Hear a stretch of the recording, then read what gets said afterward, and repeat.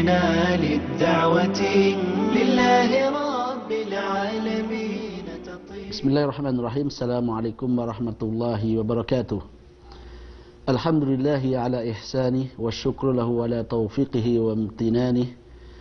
Asyhadu an la ilaha illallah ta'ziman li sya'nih wa asyhadu anna Muhammadan abduhu wa rasuluhu ad-da'i ila ridwanih. Salatullahi wa salamu rabbi ala hadan nabiyil karim wa ala alihi wa ashabih. Kaum muslimin dan kaum muslimat yang dirahmati oleh Allah Subhanahu wa taala, bersyukur kepada Allah Subhanahu wa taala pada sore hari ini kita kembali berjumpa dalam rangka untuk melanjutkan kajian-kajian kita terkait dengan agama kita, yaitu agama Islam. Dan pembicaraan kita pada sore hari ini masih berkisar terkait dengan cinta kepada Rasulullah SAW. Sebab ini merupakan pembicaraan yang sangat penting bagi kita kaum muslimin dan merupakan kewajiban kita untuk senantiasa mencintai Rasulullah SAW. Tema kita secara spesifik pada sore hari ini adalah berkaitan dengan potret cinta para sahabat kepada Rasulullah SAW. Kaum muslimin dan kaum muslimat, pemirsa Ar-Risalah TV yang dirahmati oleh Allah Subhanahu wa taala, kita tahu bahwasannya generasi yang paling utama dan generasi yang terbaik adalah generasi sahabat Rasulullah SAW. Hal ini sebagaimana yang disabdakan oleh Nabi kita Muhammad SAW dalam hadis Abdullah bin Mas'ud yang diriwayatkan oleh Imam Bukhari. Beliau bersabda, khairun nasi qarni, thumma alladhina yalunahum, thumma alladhina yalunahum. Bahwa sebaik-baik generasi setelahku adalah generasiku, yaitu generasi para sahabat Rasulullah SAW, thumma alladhina yalunahum. Kemudian sahabat atau generasi yang setelahnya, yaitu para tabi'in, thumma alladhina yalunahum. Kemudian generasi yang setelahnya. Jadi ada 3 generasi yang dipuji oleh Rasulullah SAW dalam hadis ini, yaitu generasi sahabat, kemudian generasi tabi'in dan generasi atba'ut tabi'in. Siapakah sahabat Rasulullah SAW? Ini mungkin pertanyaan yang banyak datang kepada kita. Para ulama kita di antara Ibnu Hajar Al-Asqalani mengatakan bahwa yang dimaksud dengan para sahabat adalah man laqiyan Nabi sallallahu alaihi wasallam, yaitu orang yang berjumpa dengan Rasulullah sallallahu alaihi wasallam, bertemu dengan Rasulullah sallallahu alaihi wasallam, mukminan bihi, dalam keadaan beriman kepada beliau, wa mata alaih, dan meninggal dunia dalam keadaan beriman juga kepada Rasulullah sallallahu alaihi wasallam. Inilah definisi para sahabat, ya. Meskipun beliau atau meskipun seseorang berjumpa dengan Rasulullah sallallahu alaihi wasallam cuma 1 kali, namun dia beriman kepada Rasulullah sallallahu alaihi wasallam dan kemudian meninggal dalam keadaan keimanan tersebut, maka dia masuk dalam kategori definisi ini. Dia adalah sahabat Rasulullah sallallahu alaihi wasallam. Maka ketika dia masuk dalam klasifikasi seorang sahabat, maka tentu keutamaan datang kepada generasi ini, sebagaimana yang disebutkan oleh Rasulullah sallallahu alaihi wasallam. Oleh karena itu, kita umat yang datang setelah masa para sahabat, bahkan jauh setelah Rasulullah sallallahu alaihi wasallam meninggal dunia, sangat diharapkan untuk mengkaji dan mempelajari sirah para sahabat-sahabat Rasulullah sallallahu alaihi wasallam dan juga mengkaji ilmu-ilmu yang diwariskan oleh beliau oleh mereka kepada kita, sehingga kemudian kita bisa memahami agama ini seperti yang dipahami oleh mereka. Dan Allah Subhanahu wa taala secara spesifik memuji generasi ini dalam firman-Nya dalam surat Taubah ayat yang ke-100. Allah berfirman, was-sabiquna al-awwaluna minal muhajirin wal ansar walladzina ittaba'uuhum bi ihsan radhiyallahu anhum wa radu an wa a'adda lahum jannatin tajri tahtaha al-anharu khalidina fiha wa dzalikal fawzul azim. Kata Allah Subhanahu wa taala bahwasannya as-sabiqun al-awwalun, orang-orang yang pertama kali masuk ke dalam agama Islam, minal muhajirin wal ansar, dari kalangan orang-orang muhajirin, yaitu yang di Mekah ataupun daerah-daerah luar Madinah, wal ansar, dan sahabat-sahabat yang ada di kota Madinah. walladzina tabauhum, dan orang-orang yang mengikuti mereka. Jadi dipuji orang-orang yang pertama kali masuk dalam agama Islam dari kalangan kaum muslimin yang datang dari kota Mekah, yaitu al-muhajirun, dan kaum muslimin yang ada di kota Madinah, yaitu al-ansar, dan orang-orang yang mengikuti mereka dengan baik. Walladzina tabauhum bi ihsan radhiyallahu anhum wa radu an. Mereka semua diridhai oleh Allah Subhanahu wa taala, ya, dan mereka juga ridha kepada Allah Subhanahu wa taala. Wa a'adda lahum jannatin tajri tahtaha al-anhar, dan Allah menyiapkan bagi mereka semua, ya, para sahabat dan seluruh generasi yang mengikuti para sahabat, surga yang mana kita akan hidup di dalamnya penuh kebahagiaan secara abadi. Ini kata Allah Subhanahu wa taala, wa dzalikal fawzul azim, dan itu merupakan kemenangan yang sangat besar, kata Allah Subhanahu wa taala. Maka ayat ini memberikan kepada kita sebuah pelajaran bahwa diharapkan kita menjadikan mereka sebagai qudwah, karena mereka adalah orang yang paling dekat dengan Rasulullah sallallahu alaihi wasallam, melihat Rasulullah sallallahu alaihi wasallam, dan tentunya mereka adalah orang yang paling mencintai Rasulullah sallallahu alaihi wasallam. Baik, bagaimana potret kecintaan para sahabat Rasulullah sallallahu alaihi wasallam kepada beliau? Ini akan kita bahas pada pertemuan kali ini. Yang pertama, ya, di antara potret, ya, kecintaan para sahabat Rasulullah sallallahu alaihi wasallam kepada beliau adalah bahwa mereka mencintai Rasulullah sallallahu alaihi wasallam melebihi cinta mereka kepada mereka sendiri dan seluruh umat yang ada di muka bumi ini. Jadi kecintaan kepada Rasulullah sallallahu alaihi wasallam adalah kecintaan yang terbesar, mengalahkan kecintaan mereka kepada dunia, bahkan mengalahkan kecintaan mereka kepada diri mereka sendiri. Dalam hadis yang diriwayatkan oleh Imam Bukhari, suatu saat Umar bin Khattab radhiyallahu taala an berjalan bersama Rasulullah sallallahu alaihi wasallam bergandengan tangan, dan kemudian Umar mengatakan, "Ya Rasulullah, wahai Rasulullah, la anta ahabbu ilayya min kulli syai'in illa min nafsi." Wahai Rasulullah, engkau adalah orang yang paling aku cintai dari segala sesuatu di muka bumi ini kecuali dari diriku. Maka Rasulullah kemudian menyela perkataan ini dan mengatakan, "La ya Umar, tidak wahai Umar, hatta akuna ahabba ilaika min nafsik." Sampai engkau jadikan aku lebih engkau cintai dibandingkan dirimu sendiri. Maka Umar kemudian mengatakan, "Wallahi ya Rasulullah, la anta ahabbu ilayya min kulli syai'in hatta min nafsi." Aku mencintai engkau wahai Rasulullah melebihi cintaku kepada segala sesuatu di muka bumi ini, bahkan kepada diriku sendiri. Maka Rasulullah kemudian mengatakan, "Al-ana ya Umar, sekarang wahai Umar, telah sempurna keimananmu dan telah benar keimananmu." Ini kata Rasulullah SAW.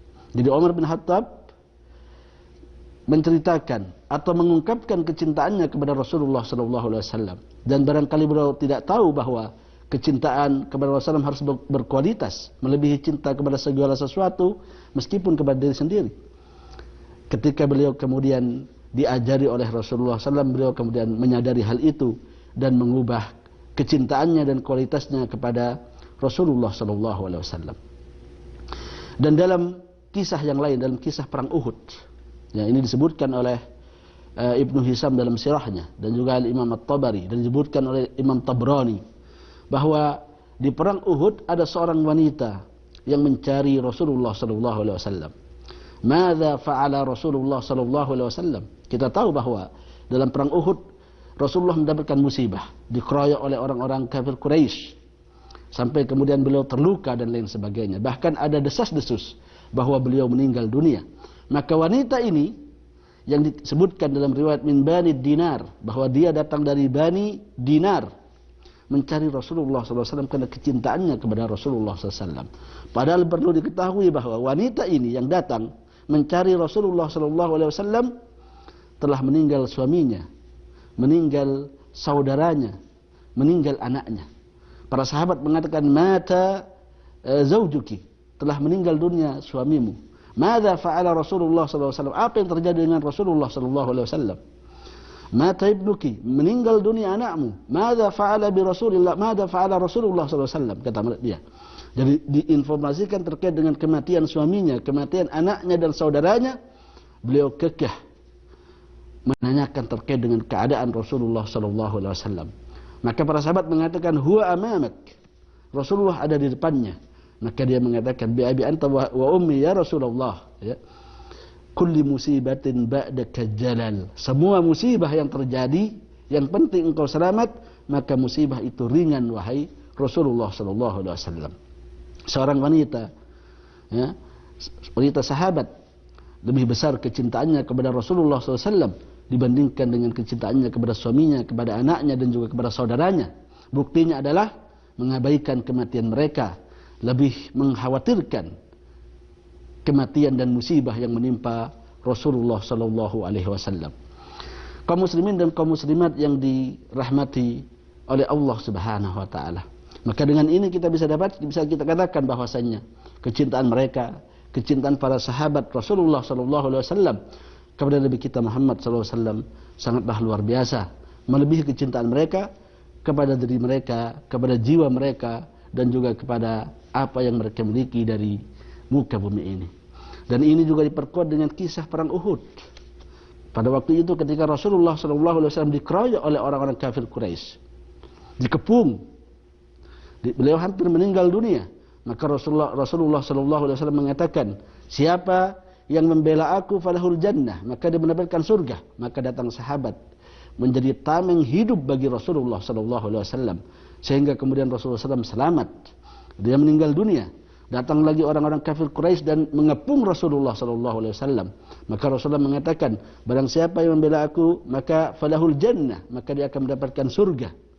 Kata Rasulullah SAW. Maka datang lagi sahabat mengorbankan dirinya, menjadikan dirinya sebagai tameng hidup bagi Rasulullah sallallahu alaihi wasallam, sehingga kemudian beberapa orang sahabat meninggal dunia disebabkan hal ini. Mereka adalah orang-orang yang mencintai Rasulullah sallallahu alaihi wasallam melebihi cinta mereka dibandingkan cinta mereka kepada jiwa mereka, dari diri mereka, bahkan dari seluruh yang ada di muka bumi ini. Inilah sedikit kisah terkait dengan kecintaan para sahabat-sahabat Rasulullah sallallahu alaihi wasallam, yaitu cinta mereka sangat besar, kualitasnya luar biasa. Mereka rela mengorbankan harta mereka, keluarga mereka, bahkan diri mereka demi keselamatan orang yang dicintainya, yaitu Rasulullah sallallahu alaihi wasallam. Kemudian yang kedua, potret yang kedua, bagaimana kecintaan para sahabat Rasulullah sallallahu alaihi wasallam kepada Rasulullah. Yang kedua adalah mereka mengikuti Rasulullah sallallahu alaihi wasallam. Yang menjadi syiar mereka, yang menjadi moto mereka adalah sami'na wa ata'na. Kami mendengar dan kami taat wahai Rasulullah sallallahu alaihi wasallam. Mereka mengerjakan perintah Rasulullah sallallahu alaihi wasallam dan mereka menjauhi larangan-larangan Rasulullah sallallahu alaihi wasallam. Apa yang mereka lihat, mereka ikuti. Apa yang ditinggalkan oleh Rasulullah SAW, mereka tinggalkan. Di antara contohnya adalah hadis dari Abdullah bin Umar radhiyallahu taala yang diriwayatkan oleh Imam Bukhari. Abdullah bin Umar mengatakan, ittakhadha an-nabiy sallallahu alaihi wasallam khataman min dhahab. Suatu saat Rasulullah SAW memakai cincin dari emas, ya. Pada waktu itu mungkin masih diperbolehkan. Apa yang terjadi? Fattakhadhan nasu khawatima min dhahab. Maka semua sahabat atau kebanyakan sahabat memakai cincin dari emas, karena mengikuti Rasulullah sallallahu alaihi wasallam sebagai bentuk kecintaan mereka kepada Rasulullah sallallahu alaihi wasallam. Kemudian Rasulullah mengatakan, inni takhadtu khataman min dhahab. Saya pakai cincin dari emas. Fanabadahu. Kemudian beliau lepaskan cincin itu, ya, karena ada perintah untuk ada pengharaman bagi laki-laki untuk memakai cincin dari emas. Fanabadan nasu khawatimahum. Maka sahabat-sahabat ketika melihat ini, mereka juga melepaskan cincin mereka dari emas. Mereka tidak bertanya, wahai Rasulullah, kenapa engkau lakukan ini? Wahai Rasulullah, kenapa engkau lepaskan ini? Mereka melihat, menjadikan Rasulullah SAW menjadi sebagai qudwah, sebagai suri tauladan dalam kehidupan mereka, mengikuti apa yang dilakukan oleh Rasulullah SAW dan menjauhi atau meninggalkan apa yang ditinggalkan oleh Rasulullah sallallahu alaihi wasallam. Ini menunjukkan apa? Siddatu ittiba'is sahabah bin Nabi sallallahu alaihi wasallam, bahwa para sahabat sangat ittiba, sangat mengikuti, sangat meniru perilaku-perilaku Rasulullah sallallahu alaihi wasallam. Dalam hadis yang lain, hadis yang diriwayatkan oleh Abu Dawud dari sahabat Abu Sa'id Al-Khudri radhiyallahu taala bahwa Rasulullah sallallahu alaihi wasallam suatu saat salat memakai sandal, Ya, salat beliau memakai sandal. Maka fattakhadhan nasu ni'al, maka para sahabat ketika salat di belakang Rasulullah SAW, mereka juga memakai sandal di belakang Rasulullah SAW. Kemudian suatu saat Rasulullah SAW melepas sandalnya. Alqa Rasulullah SAW na'laihi wa wada'ahuma fi yasarihi, meninggalkan sandalnya dan meletakkannya di sebelah kiri. Fa'alqaw sahabah ni'alahu, maka semua sahabat kemudian melepaskan sandal-sandal mereka. Ketika selesai salat, maka Rasulullah SAW bersabda ketika melihat bahwa mereka melepaskan sandal mereka, ma hamalakum ala ilqa'i ni'adikum, apa yang menyebabkan kalian meninggalkan atau melepaskan sandal-sandal kalian? Maka para sahabat mengatakan, kami melihat bahwa engkau melepaskan sandal engkau wahai Rasulullah, maka kami juga mengikuti melepaskan sandal kami. Maka Rasulullah kemudian mengatakan bahwasanya tadi Jibril datang kepadaku, wa akhbara bi anna bihima khabath, atau bi anna bihima an-najas, dan memberikan bahwa malaikat Jibril memberikan kabar kepada Rasulullah SAW bahwa di sandalnya ada najis, sehingga kemudian Rasulullah SAW melepaskan sandalnya. Tapi para sahabat tidak mengetahui hal itu. Dia hanya mengikuti yang dilakukan oleh Rasulullah SAW. Rasulullah memakai sandal, maka mereka memakai sandal ketika melakukan ibadah salat. Ketika dilepaskan, maka mereka juga melepaskannya tanpa mengetahui hal-hal yang tersembunyi di balik hal itu, bahwa di balik sandal Rasulullah SAW ada najisnya. Tentunya kita tahu atau kita perlu tahu bahwa pada zaman dulu masjid-masjid masih memakai pasir atau terbuat dari tanah dan lain sebagainya, sehingga kemudian dalam sebagian waktu Rasulullah SAW bisa memakai sandal ketika mereka melakukan ibadah salat, atau mereka melakukannya ketika sedang safar misalnya, salat di padang pasir, sehingga kemudian mereka salat dengan memakai sandal. Ini yang terjadi pada sahabat Rasulullah SAW, menunjukkan bahwasanya mereka sangat mengikuti Rasulullah SAW, mengikuti perintah-perintahnya dan juga menjauhi larangan-larangan Rasulullah SAW. Di antara contoh yang lain terkait dengan hal ini adalah ketika Rasulullah SAW mengharamkan himar al-ahliyah, keledai jinak. Pada saat itu terjadi perang Khaybar. Maka Abdullah bin Abi Layla, dia mengatakan, asabatna maja'atun fi layali Khaybar. Suatu saat kami merasakan kelaparan, perut kami melilit dikarenakan kelaparan ketika perang Khaybar, dalam sebuah malam di perang Khaybar. Fa asabna al-himar al-ahli. Kemudian suatu saat kami mendapatkan sebuah keledai jinak, fantaharnaha, kemudian kami sembelih himar tersebut, kemudian dimasak. Jadi himar itu dimasak untuk menjadi teman, untuk mengenyangkan perut mereka yang melilit karena mereka kelaparan pada saat itu. Falamma ghalatil qudur, sudah dimasak, kemudian sudah mendidih, tinggal disantap, datang utusan Rasulullah SAW. Mereka mengatakan, anikfi'u al-qudur, silahkan tumpahkan bejana-bejana kalian. Artinya jangan dimakan daging ini. La ta'kulu luhum al-himar al-ahliyah. Tinggalkan, untuk jangan kalian memakan daging-daging keledai yang jinak. Itu merupakan pengharaman dari Rasulullah SAW, yaitu ketika perang Khaybar, dalam keadaan mereka penuh dengan kelaparan, perut mereka melilit, tetapi dikarenakan kecintaan mereka kepada Rasulullah SAW, keimanan mereka yang tinggi, maka kemudian mereka meninggalkan memakan daging yang sudah siap santap karena sudah masak, sudah mendidih, tinggal dimakan.